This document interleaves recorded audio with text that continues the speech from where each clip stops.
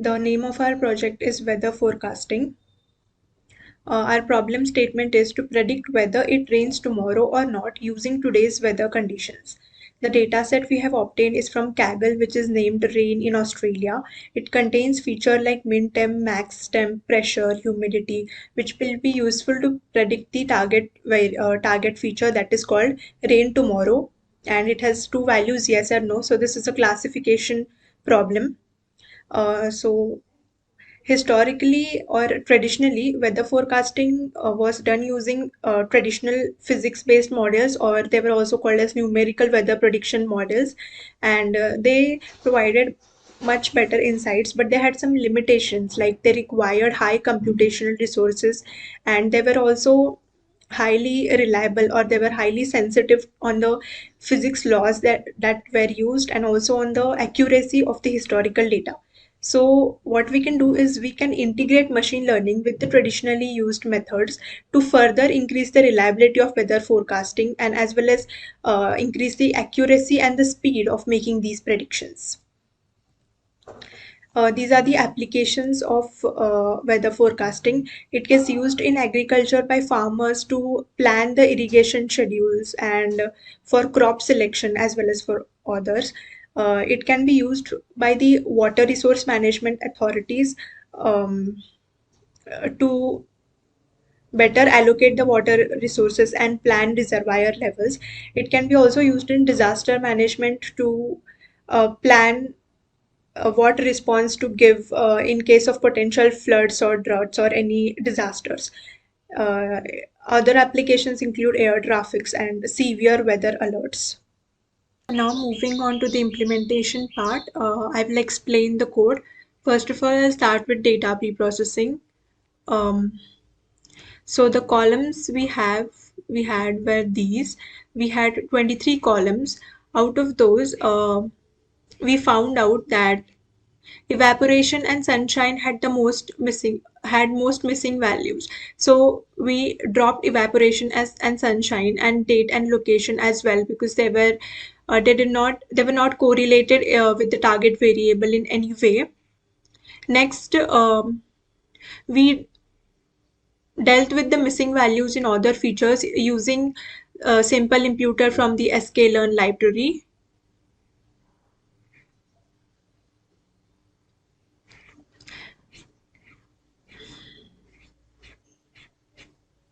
After splitting the x and y, that is vertical splitting, we did encoding here.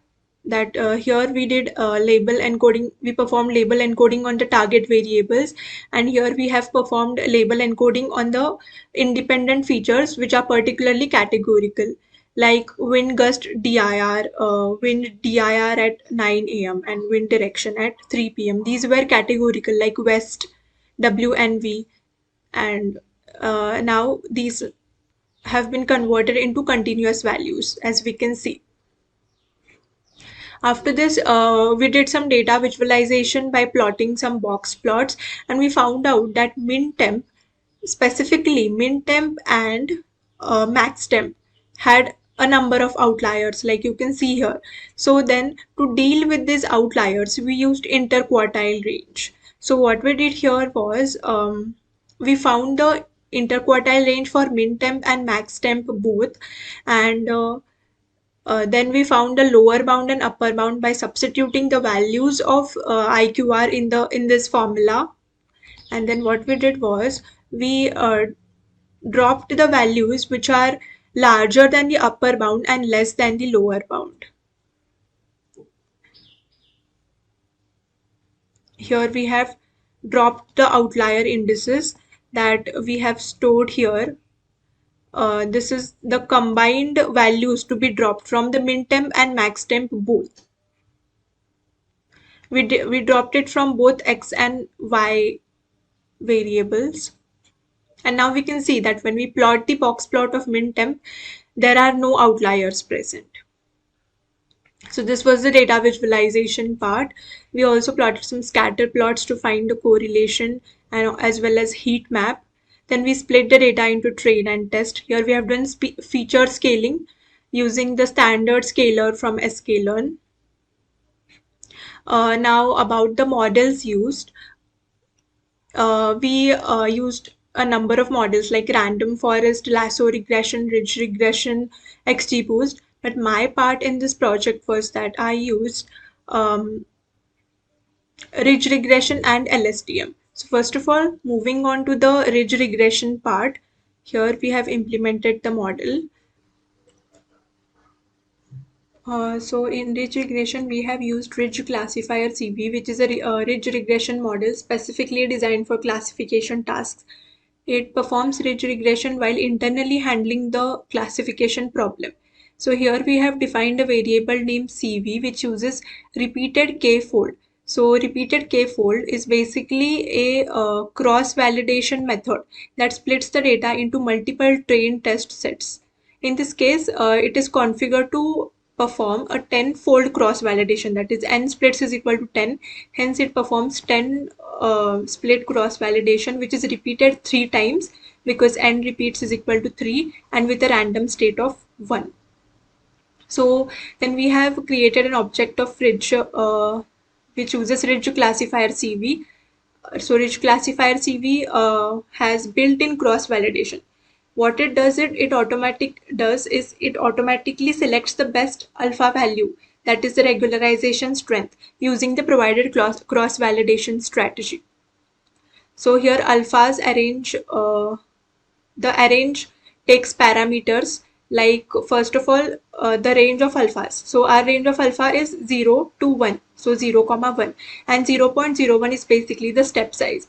Then here CV is the cross validation strategy.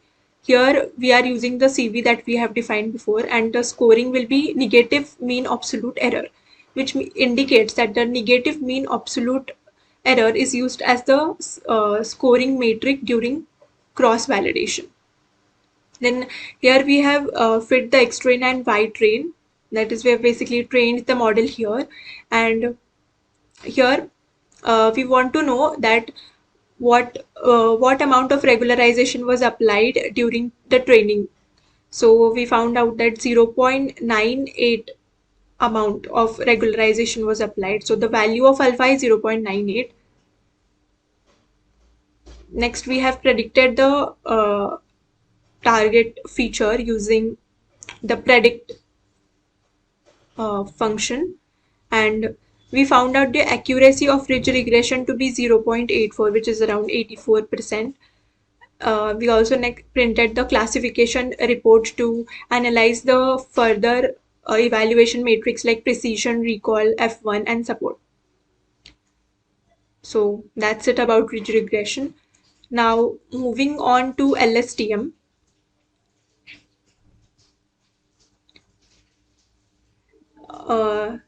First of all, let me tell you a little bit about LSTM. So LSTM stands for long short-term memory. It is a version of RNN. So what happened is standard RNN, they suffered from short-term memory due to a vanishing gradient problem that emerges when working with longer data sequences.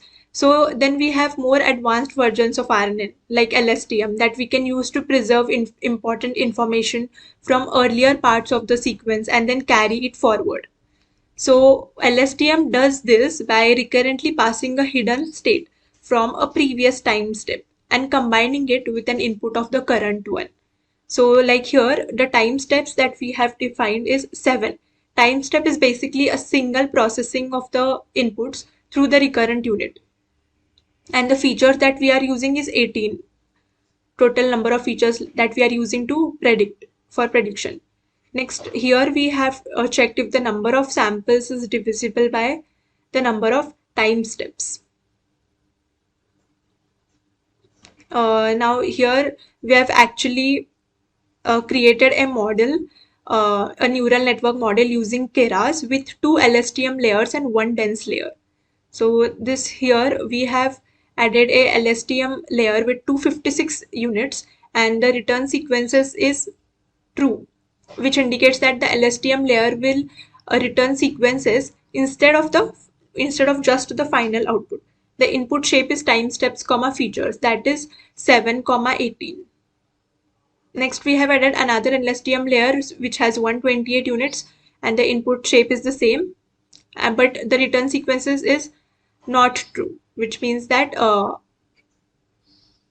it will only return the final output and not the sequence. Next, we have added a dense layer with 1 unit and a sigmoid activation function is added. So this is the output layer of the model which will produce a single scalar value between 0 and 1 since sigmoid activation function is used. The output represents the prediction for binary classification problem. Here we have compiled the model using the optimizer Adam and the loss is binary cross entropy and the matrix is accuracy. Here we have fit the model by using the early stopping of Keras. So here what happens is if the validation loss is not increasing per epoch, then we will stop the training. So here the patience we have set is 10. And the validation split is 0.2. So 20% of the data will be the validation data. After that, we found out the accuracy of the LSTM, which was 0.67, which is around 67%. Next, here we have compared. Okay, so moving on to conclusion, here we have compared all the models that we have used. Here we have compared the accuracy of all the models that we have used. We can see that the average accuracy was around 0.84 or 85 of all the models. Except for LSTM, we had an accuracy of 0.67. So from these, we picked the top 3 models and then we went on to compare its precision and recall. Here we have plotted a bar chart to compare precision and recall, and we found out that all the 3 models again had an average precision and recall of around 0.84 to 0.85. Okay, so that's it about our project. Thank you.